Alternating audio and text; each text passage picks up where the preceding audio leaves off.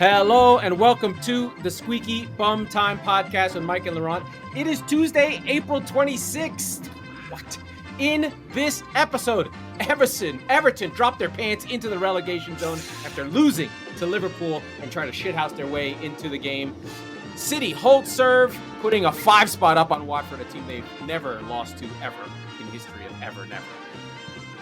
But first, Mike, the top 4, Arsenal, United, Spurs, discuss.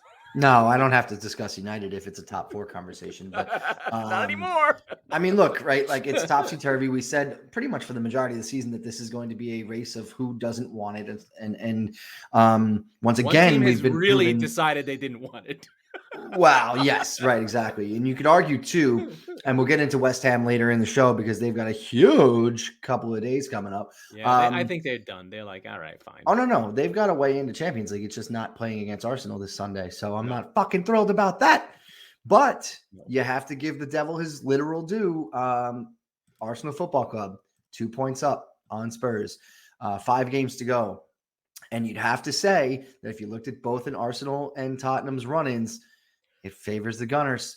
It does now. It didn't, but it does now. It didn't, right? And we'll talk about what happened to Spurs over the last 2 games where they dropped 4 points. Yeah. 2 draws, yeah. No, a draw and a loss. No, they lost. Oh. So I forgot my guys, my striped boys. Yeah, it's been not great, Bob. 5 points, I suppose.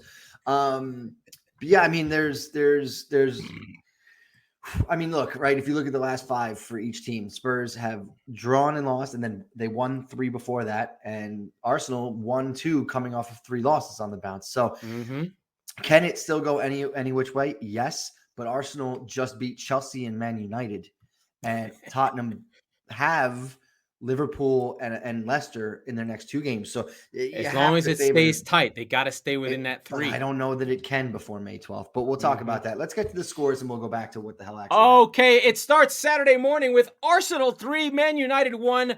The first 20 minutes, Arsenal were really good. Man United played some good stuff. There's this guy named Cristiano Ronaldo who, when he has a break, is actually quite good. He dominated that game, really tried to will United into it, but Arsenal got all the breaks and win the game 3-1. Eddie Nketiah looks to be a striker, although his goals were pretty scuffed. Leicester 0, Aston Villa 0. Aston Villa winless in their last 6. Ooh, don't like that for Gerrard. And that game, the less talked about it, the better. My boys, Man City 5, Watford 1. City set the record for wins against a single opponent, but I think it's 45 goals to 1. Something like that over 15 games. It's ridiculous. And they got the 1. That's pretty good. City own Watford. Yeah, City tend to give up goals, but City are licking their wounds. They're not feeling strong at the moment, but Jesus, linked to Arsenal, scores 4 goals. Let's link them to more teams. Norwich on the beach. Newcastle continue the fucking run of form. They're undefeated at home in their last 7 wins on the bounce. Is Eddie Howe manager of the season? We'll do superlatives later. Joe Linton with 2 goals in that one. Your boys, Brentford, get 0-0, but Brentford uses the Brighton gambling blueprint. They literally copy the same plan and shut Tottenham down. They're kind of the same team, Brentford and Brighton. They have a lot of links. Yeah, except the Brentford mighty and powerful Super Burnley. Wow, the Clarets defeat Wolves and play some good stuff. Maybe it was Sean Dyche's problem the whole time. Burnley out of the relegation zone. You heard right. Out of the relegation zone. Incredible stuff from Burnley. Scenes, and more scenes. Chelsea 1, West Ham 0. I don't think, is it your mob? No, it's you who hasn't won in London. Chelsea does get the win. Brighton look like they're going to win this game, then draw in the Battle of the South Coast. 2 teams that are kind of like off the beaten path. When you look at where teams are in England, Brighton and Southampton draw in a hipster derby. Then Liverpool don't take a shot on target in the first half. There are controversies everywhere. Everton basically go full shithouse and start wasting time in the first 10 seconds, but ultimately lose 2-0. They take a positive performance, but are in the bottom three. And we ended the week on a 0-0. Crystal Palace on Monday night for the fourth time. I don't know how that happens against Leeds. I'm guessing that if they can't get a top 6 team, they might as well get a good atmosphere. So that's why Crystal Palace keeps playing on Monday nights. They assumed they'd get something good, but instead they got fuck all. So where do you want to go, Mike? We have to start with Liverpool, Everton, but we're not going to talk about it. But you just brought it up. Leeds, that's a huge point. Huge on a Monday night at Crystal Palace, hostile atmosphere, and more importantly, that gets them to 34, which I said basically is the line. They are at the line right now. Now they don't have the great goal difference, so they're still a little suspect if Everton can get their shit together, but. Huge point for Leeds United. Happy for them. Happy for Jesse Marsch.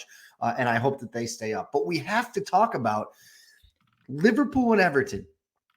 I don't think you or I has ever shed a tear a single second on this show for Liverpool. Would that be fair to say? Not once. Not once. I hate them. I really hate them. Watched that first half. And by the way, I won a bet because I had halftime draw and Liverpool win. There was never any doubt that Liverpool were going to win. It was just, could they get their asses to halftime and not score first? And Everton was like a cartoon villain. It was like all of the worst traits of Frank Lampard's old pal, Jose Mourinho. All of the worst things about all of the worst teams he's ever had I fucking loved combined into 45 minutes. I fucking loved it. It was so comical, though. I thought that they were, listen, this is a team in the relegation zone. This is a team that has never beats Liverpool. Liverpool brought out their dogs. They had the big guys in. It was Salah, Mane, Jota, Thiago, Fabinho, Keita. That is now their best group. And Matip, this is their best group at home against Everton, and they fucking shithouse their way to a 0-0 no shot opening first half. Yeah. I thought Everton were great. They did everything they were supposed to do. They had 55% pass completion on only 193 passes, but they still created as many chances as Liverpool did in the first half. 3 shots to 3. Damari Gray had a couple. I thought, our friend Anthony Gordon, Anthony Gordon. Yeah, he's trying to dive his way to penalties. He really was. He gets pushed in the back. I loved it. I thought it was great. It was so comical, right? But that's what you've got to do. Yeah. I mean, I understand. And look, nothing else has worked, so theoretically, why not? But the highlight of the weekend for me was not the Origi sub that changed the game. It was not the crazy 5-goal output at Watford. Cool. You knew it was coming.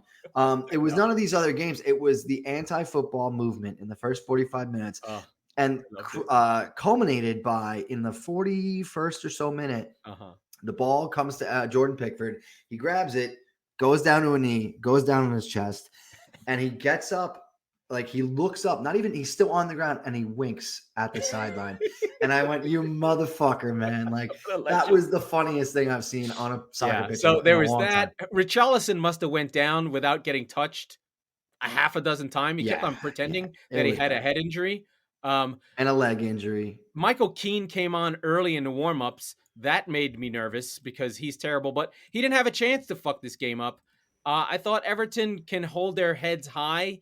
Even though they lost, I don't think they can. No. Yes, they can. No, you can't. After you did what you did for the first half of that game, you basically you knew it was coming, right? It was really a matter of when, not if.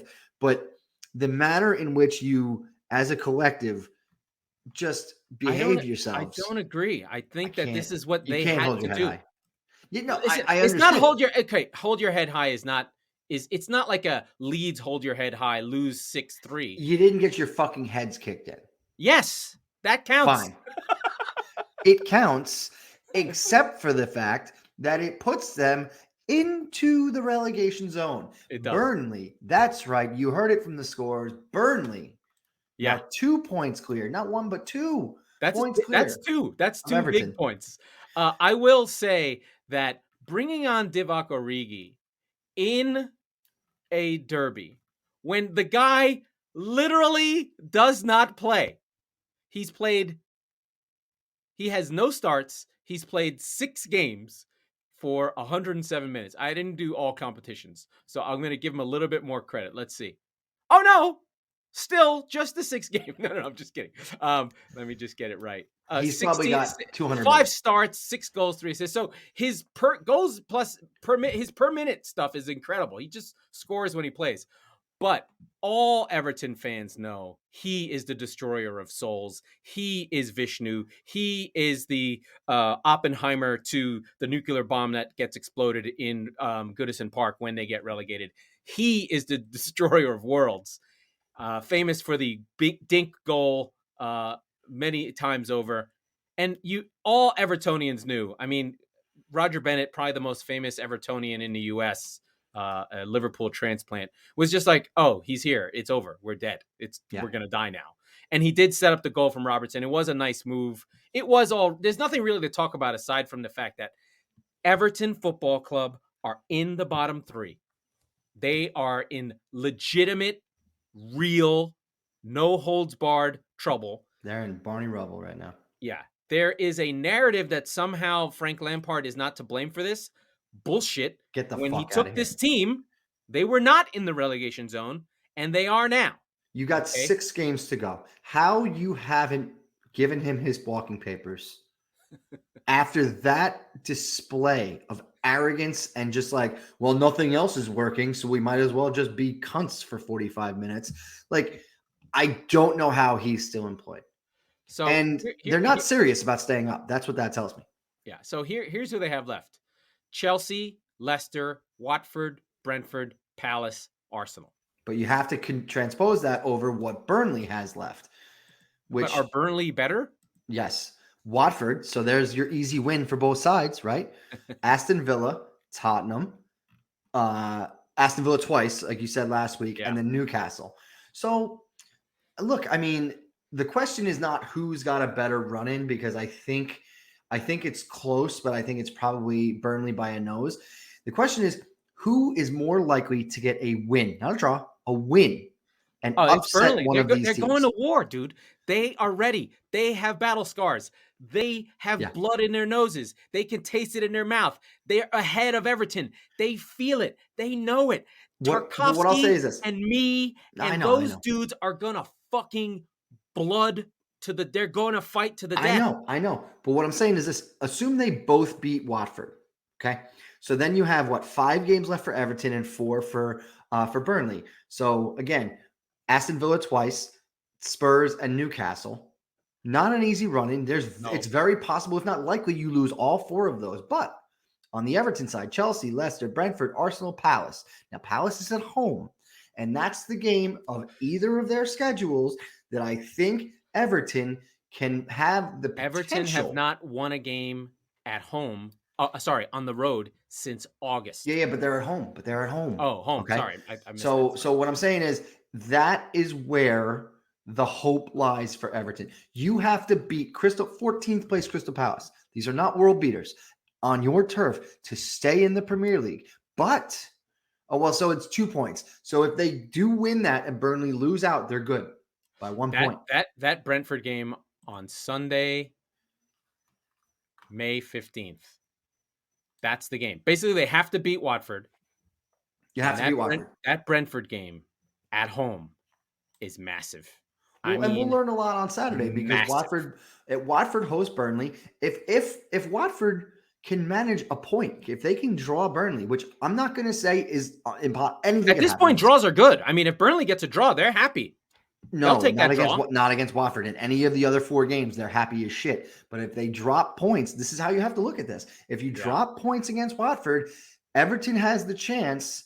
Think of it like Family Feud. They have the chance to steal, right? So, yes, for sure. So then you're +2. You're back even, but you still got goal difference. So assuming nobody loses 10-0 in one of these games, you have to get one more point than Burnley with 1 extra game remaining. Now, it's not going to be easy. Like I said, you've got Leicester underachieving, but there's still a difficult draw for a current Everton side. It's close. We would be Crystal Palace is the game that Everton has to get a result. It would be unfair to not at least mention Leeds because they've got a tough run in. City, Arsenal, Chelsea, Brighton, Brentford. Okay. But again, So they might lose all those games, but they might just hang on 34. It's distinctly possible. Right. But again, assume Burnley and Everton beat Watford. Burnley is on 34. Everton is on 32. The only way that Leeds are in danger is if they get 0 points from the rest of the season from 5 games, which is possible. Yeah. And Everton get more. Yeah.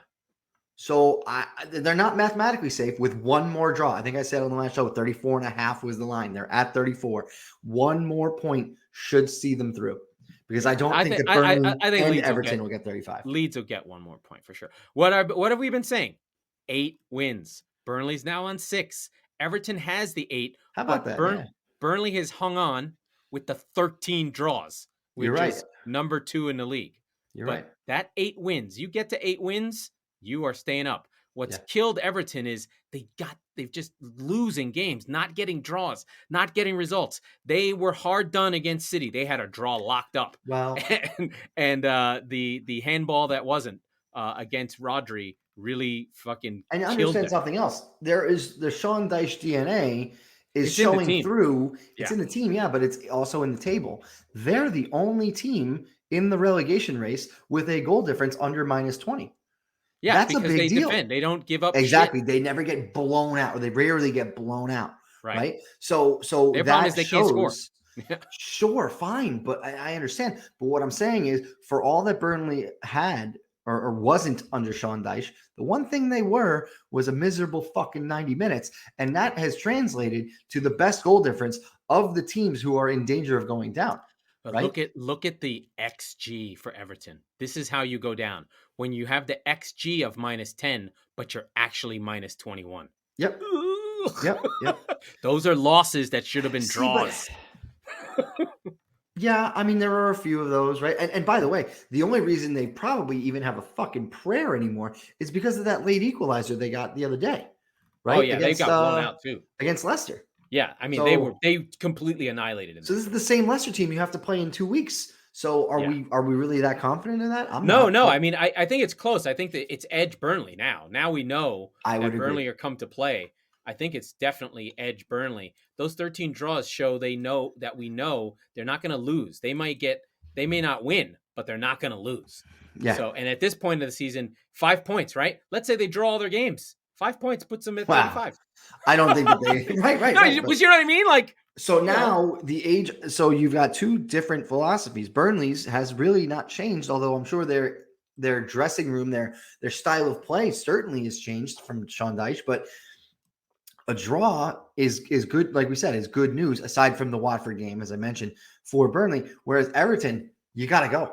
If you're down, I don't care. There's no way they're getting beat by Aston Villa twice in 3 weeks. That's just not happening. I agree, but listen, anything could happen in those games. Anything. I agree. The difference is that Villa are basically playing a lame duck season. They're done. There's nothing to play for. And Burnley are fighting for their fucking lives. And so they know got to go how to fight. Right.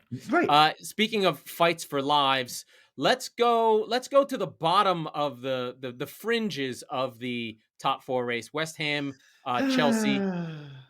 I think West Ham are looking at the champions at the Europa League here. They didn't play their big dogs in this game against Chelsea, but they had a shot to pull Chelsea into a scrap that they might have dropped out of the top 4. Sure. Again, and then it was really, Lukaku plays and does nothing. Then late in the game, Dawson gets called. I mean, Lukaku draws. Lukaku comes on late. Excuse me, I got that wrong. Lukaku draws the penalty on Dawson and the red for pulling him back. Jorginho steps up, misses. Which was fantastic. And when he misses, it's gorgeous. I loved it.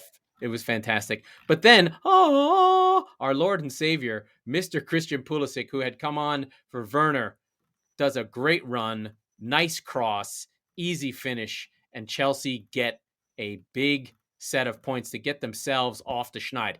They did push in this game. There was a chance for Yarmolenko on 70. Couple chances for Benrahma Masuaku early in the game, but this was Chelsea's game.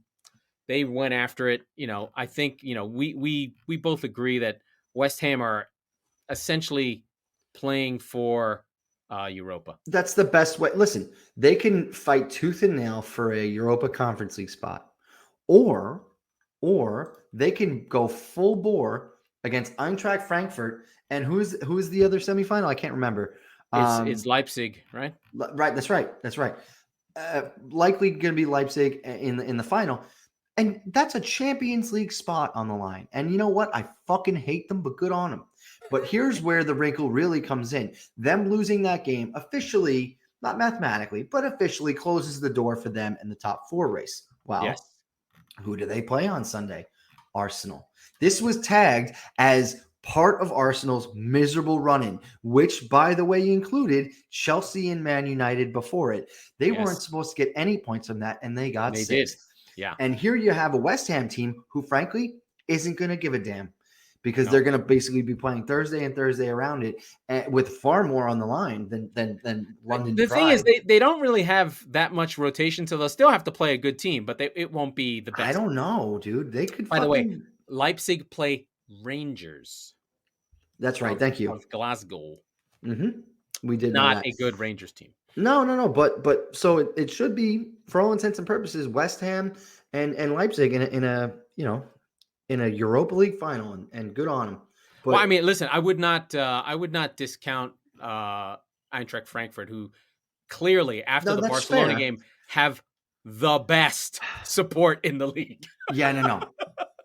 Like, but I still think I feel comfortable backing West Ham. But all right, what I'll say is this: whether they win the first leg or not, unless they get their shit blown out, they're not going to get blown out. But that's my point. They're not going to go. They're going back home. Thankfully, they're home for both games, so that might help a little bit. Yeah. But they're not going to give a shit about Arsenal. They don't give a fuck. Why would they? It makes zero sense. They'll who they'll play? Mark Noble. Yes, they will play Mark Noble.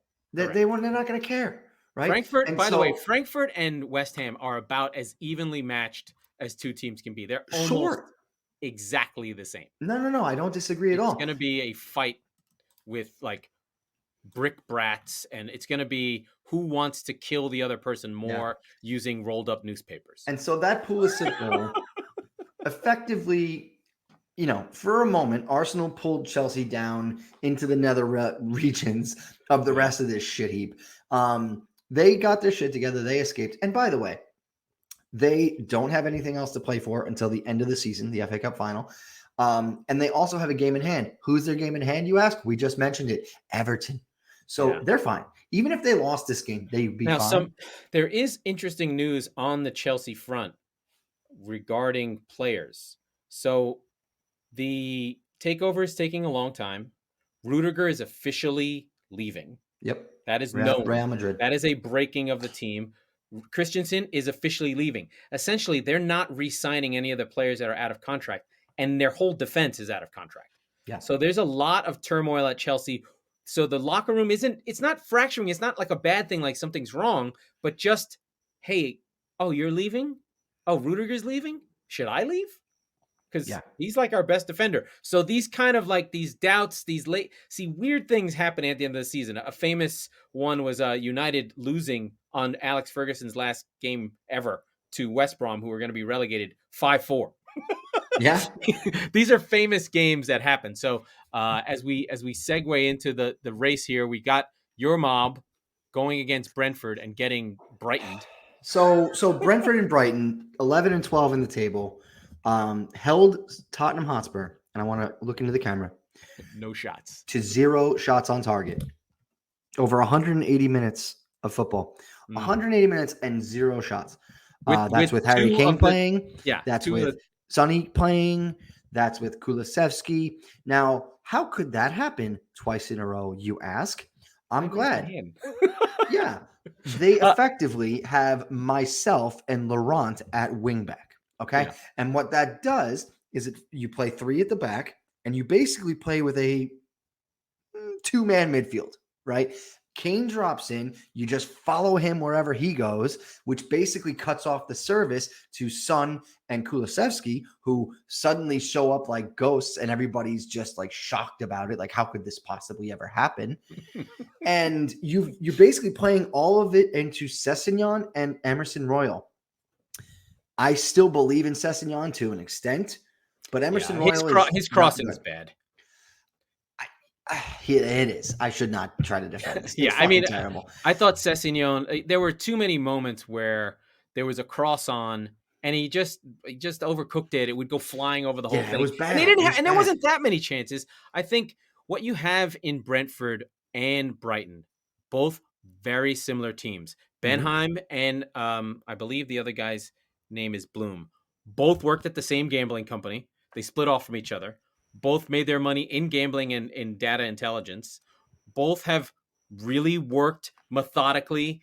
Director of football, growing the team, doing it the right way. Brighton made it to the league first, then Brentford after them, where you have a philosophy, a structure, a top to bottom, a belief, a system of finding the right players for the right manager, and they're mirroring each other. And I think to the point that they may be sharing intelligence, for all I know, where Brentford played exactly as Brighton did. They both have the strength. They both have the strength in their midfield. Incredible stuff. So it's not hard, but also the one thing that Brentford has that Brighton doesn't is a Christian Eriksen, and all the talk was and Tony, and Tony, and all the talk going into the game against Brentford was, wow, Eriksen's back at Spurs, blah, blah, blah, blah, blah. He might come back in the offseason, but he's not. He's playing against Brentford. It's actually possible, and it's been rumored to be likely, but that's not the point right now. He you don't necessarily need Christian Eriksen back at Spurs, but what you need is to replace the player you sold in January of 2019, whose name was Christian Eriksen. So I'm surprised that they're surprised at this point. And you have a two-man midfield with Bentancur, who can play a ball forward, but he's not an attacking player by any means, and Højbjerg, who gets lost in his own fucking shirt. And you basically, all you do is you siphon the play out wide and you hope for the best. Well, Sonny and Kulusevski are already wide. Why? I think the thing that's surprising to me Brentford played great. They have that giant Denmark midfield. They're all Danes. The thing that's interesting, and I didn't really realize, and it took a long time for even Conte to realize it, is Doherty was making the team go somehow. Because he was making runs that freed up that he was making runs that sort of occupied people and made there be less congestion where, you could let Sessegnon get a ball. The other news around Spurs, and I'm sure you know this, is whenever Conte loses, especially when he loses twice in a row or doesn't play well, the rumors surface that he wants to leave. So now the rumor is that he wants to go to PSG in a swap deal for Pochettino. I love this deal. This is incredible. Please do it. I love it. So the thing is that Conte would not thrive at PSG. No, he would fail worse than Tuchel, worse than Pochettino. Not because he's not great, but because the inmates run the asylum. Yes. He is not one of those guys. He would have kicked Neymar if Mbappe was still there. He would have kicked all of them out on their asses because that's not the ethos. It would happen. He would punch him. Oh, multiple times. But I hope Conte stays. I think he's great. I only saw it through the lens of my own fan base, so I have to criticize my own, and I won't give anybody else shit. At halftime, I saw a refrain, and I have screenshots. I have the receipts of people being like, oh man, as soon as we got into the top 4 race, Harry Kane disappeared. Why is that? Not Sky Sports, not Gary Neville, fucking Tottenham fans. And I'm like, whoa. You're sitting here criticizing the only reason that we're in the position that we are right now. And you have the balls to sit there and say, oh, he's playing like shit. Oh, he went to the Masters after the game last weekend. That's why we lost. Or the after the win, he went and then we lost. It's not Brighton. Really good coaches studying the team and sitting on him. And then after halftime, in the second half, by the way, Kane had a very, very good second half. He just didn't score. So everybody shut the fuck up about number 10. And all of a sudden, it didn't even wait until the post-game quotes. It was, I think Conte wants the fuck out of here. Like, dude, like, wait. Here, let me again right into the camera. Hey, Tottenham fans, this is why we haven't won a trophy since 2008 and a real one since 1991. Do you know why? I'll tell you why. We don't deserve it. You people deserve nothing but sadness and No, misery your whole fucking lives. Yeah, you know That's what I why. think? I think this is one of the things where, as Americans watching English That sports, made me angry. it's there's a darkness within the English that is beyond our comprehension. Like we have optimism. Like we love our best players unconditionally. Yeah.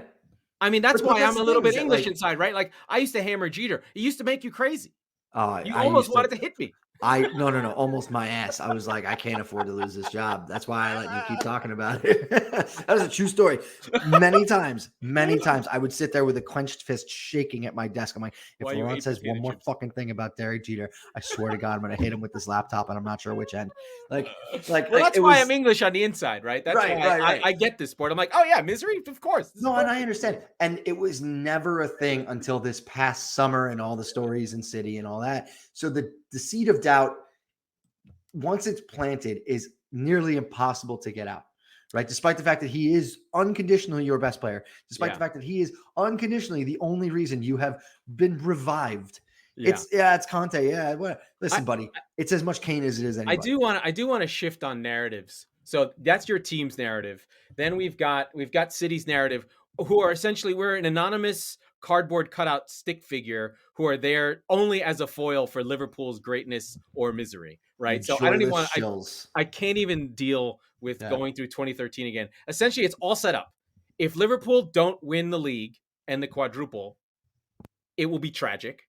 And if they win the league and lose one of the things, it'll be heroic. And City are just there as their foil. We're a robotic automaton. We are literally Mr. Robotnik, and they are fucking Sonic. Yeah, they are. I know that City are probably the 7th biggest team in England. We don't have the history. I know why media companies do what they do. Liverpool's narrative is better. But sometimes it feels like we need an air disaster or our fans to get crushed in massive numbers before anyone cares who Manchester City is. I think we should raise up Main Road and then implode it on the fans so that we'll be respected as human beings. I think, in addition, thank God for Liam Gallagher. Thank God for the Gallagher brothers. If there was not Oasis, there would be nothing. No City representation. If it wasn't for Liam Gallagher, do you think that Sheikh Mansour would have bought the team? Probably not. Seriously, I mean, he bought Everton. The only reason the only reason PSG and Manchester City were bought is because the word Manchester is in the name of the team and the word Paris is in the name of the team. Yeah. Someone in Berlin needs to call their team Berlin FC. And I think they might get bought, right? But they can't. They're not allowed because they have the rules there anyway. Right. And it's called Union Berlin. Don't fuck with that shit. No, I'm fine. Hey, let's shift gears a bit. We got Champions League. I had one more. Okay. I had one more. Did you see the press conference about Declan Rice and David Moyes? Did I send it to you? Amazing. That was great. Amazing. That was good. So for those that didn't see, so good. David Moyes was the manager of Everton many, many, many years ago when a young Wayne Rooney, a young, not cirrhosis-riddled Rooney, who's age 37, who looks like he's 87, or 36, whatever. He was at Everton. As the story goes, as everyone knows, he was sold to Manchester United on David Moyes' watch. So he took that money and picked up the team. Yeah. But this press conference is mentioned that, Declan Rice has turned down his 3rd time in a contract. And Moyes is just like, who said that? Somebody mentions Fabrizio Romano. And he's like, Fabrizio Romano? So somebody from inside the club, huh? One of the local lads. Yeah. And he just giggles and he's like, I got this. You guys can't fucking rattle me. I'm David Moyes. I loved his confidence. I loved his shooting down. I loved his shitting on Romano, who is, as I troll the internet, is just known as he breaks stuff, but he's an aggregator, right? He just is on the internet all day, double checks stuff he sees, and just, because his account is huge now, he can say, and that's fine. I'm sure they all see. The thing with him is that he's almost never wrong. Well, And I because he think with only that, posts he double checks. Yeah. Yeah. So Romano got his catchphrase of "Here we go." He's on CBS. So, but I love that Moyes was just like, Twitter. The fuck's Twitter? I don't give a fuck about what that guy says. It was great. It was great. I now love Moyes. I don't know if I ever loved Moyes, but now I do. And I I get that. wonder, United fans, if you're out there, Would you go again? where would you be if you had just kept him the whole time? Oh, I mean, no way. Even if he won the league twice, he wouldn't be there still. But that's 8 years. Well, he had an interview about it. He was very frank. He was like, I wasn't ready then. I could do it now. He just didn't have it. Yeah. He wasn't chilled enough yet. And it was just so. There were the too many of style play. Ferguson's guys too. Well, but it was the style of play was so different and jarring that he had lost the room before he walked in it. Right, and then the Fellaini signing didn't help because they were like, Fellaini, that's not a Manchester United player. They kill for fucking Fellaini right now. He'd be their best midfielder and lo and behold, by a lot. And who was their midfielder when they last won trophies with Jose Mourinho? Marouane fucking Fellaini. When they couldn't play, and Mourinho would go, all right, bring Fellaini on. We're doing it the old way. Kick it to him. Let's get this fucking goal. They were amazing when they did that. Yeah. So I know we segued. We went to West Ham. We went to the top four. We didn't talk too much about United and Arsenal. That was a good game. That was fun. Yeah. No, I enjoyed that. I was worried that it was going to be shit, but I found it to be enjoyable. A lot of weird penalty calls. Cedric crawling on the ground for the handball. That probably was a penalty in all of history, but pundits don't seem to read the actual rules, and the rules were changed to say that if your hand is on the ground and it gets hit, it cannot be a penalty. It doesn't say if you're crawling and your arm is on the ground. Just if your hand is implanted on the ground and the ball hits your arm, it cannot be a movement of the hand towards the ball that was just unequivocal, because it wasn't on the ground. It was you were on the ground, but you went like that. That's a penalty all day long. It was a penalty all day long, but according to the rules, not a penalty. That was one. Then there was an Elanga. There was a little bit of a push by Tavares, sort of, but he did score a nice goal. I didn't think that was a penalty, but then they gave the same penalty the other way on the offside. No, wait, we're not checking offside. That might have been a penalty. So they did the double VAR, and they gave the penalty. By the way, I don't know how many Arsenal fans are out there, but that Tavares kid can never play. He is awful. Like it got to the point that the announcers were saying they need to get him off because he's making mistakes. Like we're worried for his confidence. Like they were uncomfortable. Like he couldn't hold on to the ball. So there were about 20 minutes in the second half where like United were good because it was on display. The weak link sport bullshit that I talk about. I'm like, if you guys can't get this fucking ball to Odegaard, you must stop. Like Smith Rowe, Odegaard, Saka, you get it to them, they're gold. Like Odegaard is just like, I can't deal with him. I love him. I can't with him.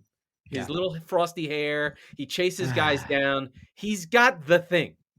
If he adds 10 goals to his game, he might be he's like in the player of the year conversation if he adds 10 goals to his game. But no, 10 total, not to what he has now. Like at the end of the year, he's on 10 and 10. Yeah, I mean, he's not in the upper echelons of the conversation, but certainly Arsenal player of the year. In that little spot, he's got a little. Yeah. Well, you said it a couple of weeks ago. He's reminiscent of a number 23 Dane from Spurs a few years back. So, well, I felt like Eriksen used to play a little bit deeper. This is more like in the David Silva spot, like in that like right on the edge of the box where he's ready, quick turns. He did play with David Silva at Real Sociedad. He does have a little bit of a crap Kevin De Bruyne vibe to him without the power. Or the complete lack of emotion whatsoever. Leave my team alone. I know it's so I'm all over. That was a cheap shot. No. I get it though. Like it's so hard. Like I want to talk about City and have the feelings that you have for United, that you have for Arsenal, that one can have for Spurs and all these ups and downs. But my team is like no drama Obama. It's just there's nothing. Yeah. It's a robotic attack robot. Yeah. It just destroys all comers. And Yes, I'm sure the players have feelings, and there are passionate players like Diaz and Kevin De Bruyne does stuff, but you only have moments on the field. There's nothing. It's like a void. They're basically a Ken doll who destroys people. I'll give you some Manchester City drama. Oh, Later today at the Etihad, first leg of the Champions League semifinal against 10-time winning Real Madrid. Talk to me about your feelings about that. 13-time winning. Oh, yeah, they won 3 more. That's right. The decimal was like a long time ago. They won 3 in a row. That's under right. That's Zidane, right. But they didn't win the league. On the wrong end of that. Yes, No, that's okay. Yes. That's okay. La décima is now la tresima. City, by the way, Real Madrid, I do respect the heart of a champion. We talked about it a little bit. Over the knockout rounds, they have played 45 minutes of good football. They played 20 minutes against PSG, blew them away, and 15 minutes against Chelsea and blew them away. Chelsea were bad in the first leg, but they were dominated by PSG in the first leg, but held on. They were dominated by Chelsea in the second leg when they had the 4-3 or 3-4, whatever it was. City ain't gonna let that shit happen. That's just not gonna happen. Okay. Not to my team. No fucking way. Why not? Now, could they give up? Could there be a ball in behind? Vinicius gets on it, crosses it to Benzema, and he finishes? Yes, that can happen. They could lose 1-0 easily. I just think... Oh, but you're saying they're not going to have that 25-minute stretch where they get completely fucking doored. I don't think so. It'll be... If City lose, it'll be on the break. It'll be Vinicius on the break. No Kyle Walker, still injured. No John Stones, injured. City are fucking burning oil, humping into the line. It's going to be Zinchenko at one of the fullback positions. Cancelo gets a yellow card accumulation in the 98th minute against Atleti because it was in the 98th minute because all the bullshit. Essentially, Atleti, when the season goes, if City lose this two-legged tie and lose the league, it will be the Atleti two-legged event that killed their season. Sure. Because that 100-minute at the Wanda Metropolitano just psychologically kicked the shit out of City. They were okay for the Liverpool game, but the accumulation of all of it, now they're injured. I mean, am I setting up for City losing? A little bit. I'm ready for them to lose these games. I mean, sure. So what you just described to me sounds like an awful familiar script that you and I know very well. If Real Madrid sit deep and play on the break, especially with a weakened defense, especially on the wings, they can play. If they can play, they can do Spurs better than Spurs. Exactly. Yes. Exactly. And they have a better. No disrespect to Harry Kane. Benzema is having a better season than Harry Kane. Sure, but they are absolutely. A similar level of quality. These are like different players, but top, very, very similar. Yeah, top of course. 4 strikers in the world who can affect games coming deep, all rounders. They do it all. Yes. And then with Vinicius, you have Son. Yeah. The hope is when Vinicius does get his 1 or 2 chances, he misses them, or Ederson saves them. Again, this is going to come down to, can City in the early minutes of the game get an early goal, settle in, of course, and be clinical, because City create chances. It's going to be whether City can score goals. I like Jesus to play in this game with Foden up front and Bernardo Silva in the 9, where they all rotate. Well, Jesus just scored 4 goals. You got to ride. You better fucking play this game. You've got to play him. Let me ask you this. And then it's Gundogan, Rodri, and De Bruyne. And for those that don't know, we're going to come back to it. The other semifinal, we're not going to talk about it. It's Liverpool with a fucking bye round against Villarreal. If they don't win this, they should be kicked out of the fucking Premier League. Listen, I have a lot of respect for Unai Emery. They have put out Bayern and Juventus. If they put out Liverpool, that's bigger than Ajax a few years back. That will be the biggest upset in 30 years. It'll be Porto. It'll be bigger than that. Well, they'd have to beat you or Madrid then to beat Porto. But all right, enough said about that. Going back to City, I have a question for you.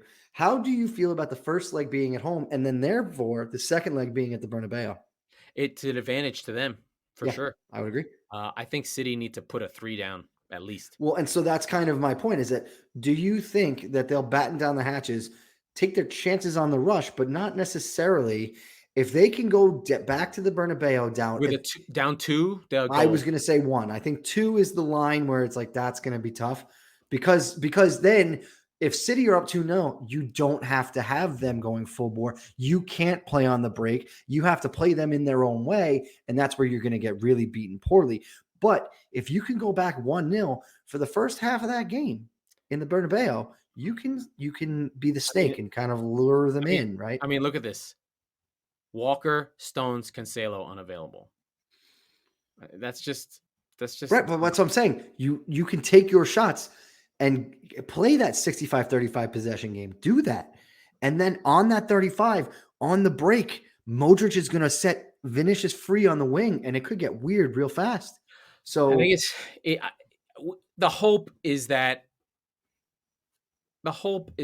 Real play like they played against PSG, where they played bad. I mean, the thing that's crazy about this season for Real is they have not played well in almost every single one of those games. Right. You were just like, how are they still here? Why can't they die? You've got to kill the champion. They win on draws. Like they have the heart of the champion. They have got all those, the ghost. It's running on fumes. It's 99 Yankees. It's, with 2000, whatever Yankee team you want to pick, whatever, like Tom Brady down 28 at the half. Like what the fuck? How does this happen? Yeah. It's these people. It's Jeter in a big spot where you're just like this. I know every Red Sox fan is petrified, even though I'm afraid too. It's just like, you're just like, oh, Mariano's coming in. What the fuck? You know what I mean? That is Real. You're like, what the fuck? Benzema's on the break. Why is he free? How did he get there? Why isn't someone like on his back? Like, just don't. Yeah. The last time they lost was because he wasn't playing. And they lost 4-0 to Barcelona, who have now lost 3 in a row at home. I mean, and lost to Eintracht Frankfurt.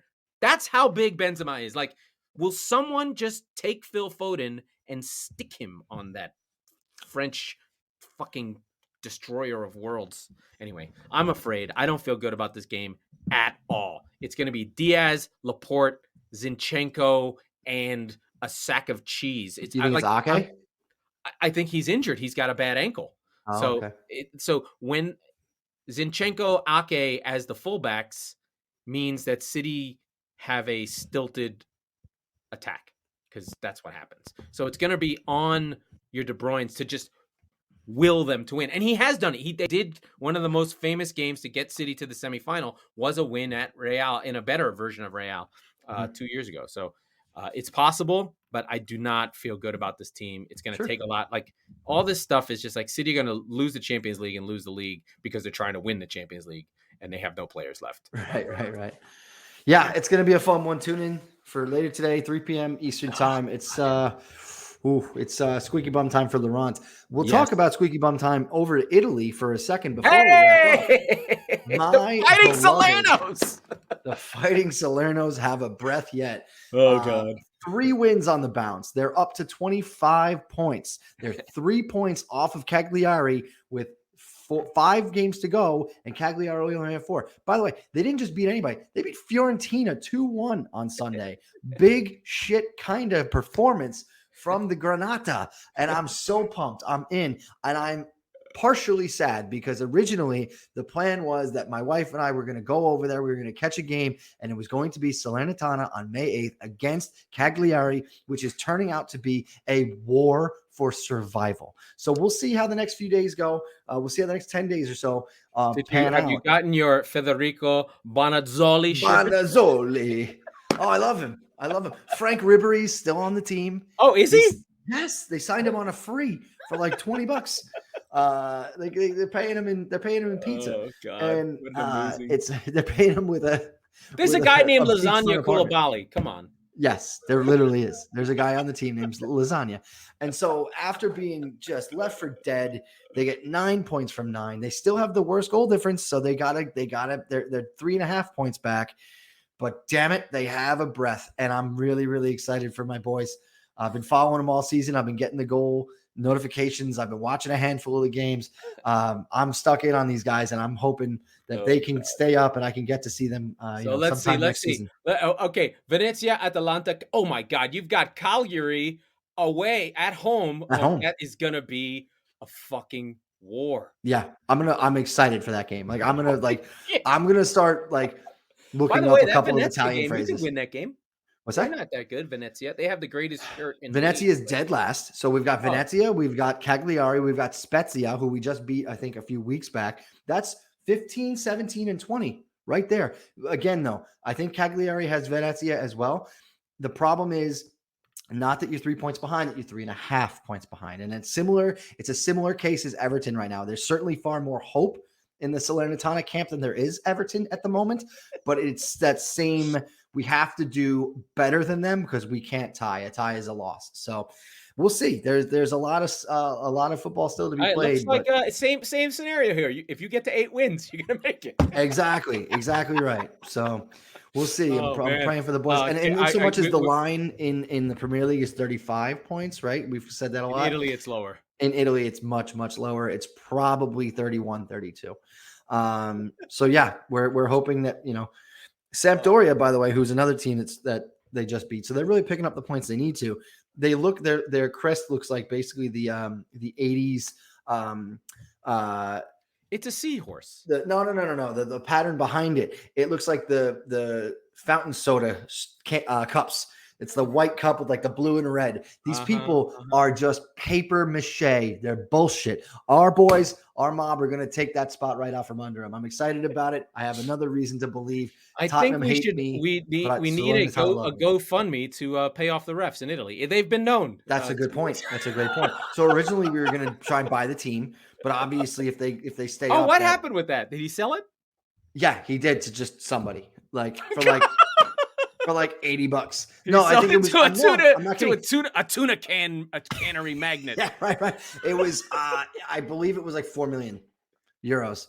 Like the team is worth like 50, 60 million euros. And he sold it for like, I don't know the exact number, but it was a significant because he had to. He was like, sell it by tomorrow or both of your teams are kicked out. He's like, fuck. All right. So I love that teams can be bought for very little. Like if we could scrounge enough money together, we could buy Derby. We would have to pick up all the debt. That's fine. We could buy Oldham Athletic. So something just happened. Very exciting. 10 million euros, by the way. So it's close. And the new owner is the founder of Italy's Pegasus Online University. So the guy who runs Italy's University of Phoenix, a for-profit college, just was like, yeah, that's a tax write-off for me. No problem. So we do have sad news from the football world. We know about Derby and they're minus 21. Oldham Athletic, a former Premier League team, Oldham Athletic, probably one of the early teams, has fallen out of the league. They are in the National League. So that means they're gone down to the Championship, down to League One, down to League Two, and in the National League. That's 4 levels down. That's 90 teams down. Yeah, that is like tough. Depth of hell. Like there's no TV contract. You lucky if you get a hamburger contract. Like, are we going to provide hamburgers? No, you're going to Costco and there's a shed to fucking that the guy's making hamburgers. And we're gonna have a cookout after the game. And if you lose, we're killing the worst player on the team and we're eating him. Okay. Yeah. So my usual responses to this is, England, why do you have 105 professional teams in a country the size of New York State? What are you doing? Yeah. So Oldham Athletic, we pour a little out for you. And we hope that this is the time of year. Be on the lookout for the promotion playoffs. We're looking for Nottingham Forest and some of our friends. Fulham are going up. Bournemouth will come back. So we'll have 2 return friends. And the championship playoffs look like this only because it's my favorite. It's literally the most valuable game in all of sports. Right now, the champion spots look like Huddersfield, a former friend, Nottingham Forest, 2-time European champions. Take that, bitches. Luton Town, who would be a new boy with a stadium of only less than 10,000, and Sheffield United. If you haven't noticed, every single one of these teams in this group has at least in the last 3 years been in the Premier League. Aside from Luton Town, but yes. Well, Luton Town. Well, Nottingham Forest has not been, but Nottingham Forest is a big. But they've got club. a brand, and that's a big club. Like they shouldn't have been down there for that long. But then my friends in Blackburn slipped out. That made me sad. And my friend Brereton Diaz has fallen back into his Englishness and is no longer Chilean. He had 20 goals somewhere at the break, and now he only has 21. But Mitrovic, 41. The under-over on goals is what, 10 or 12 for next season? If it's 10, I'm hitting it. I'm telling you that right now. If it's you think he's going to go over? I'll go over. I'll go over 10. Happily. Yeah. Well, what's Tony at now? How many does Tony? I was about to say that's the real question because he was the guy coming out. Tony's on. I think Tony is on 11, but 5 are penalties.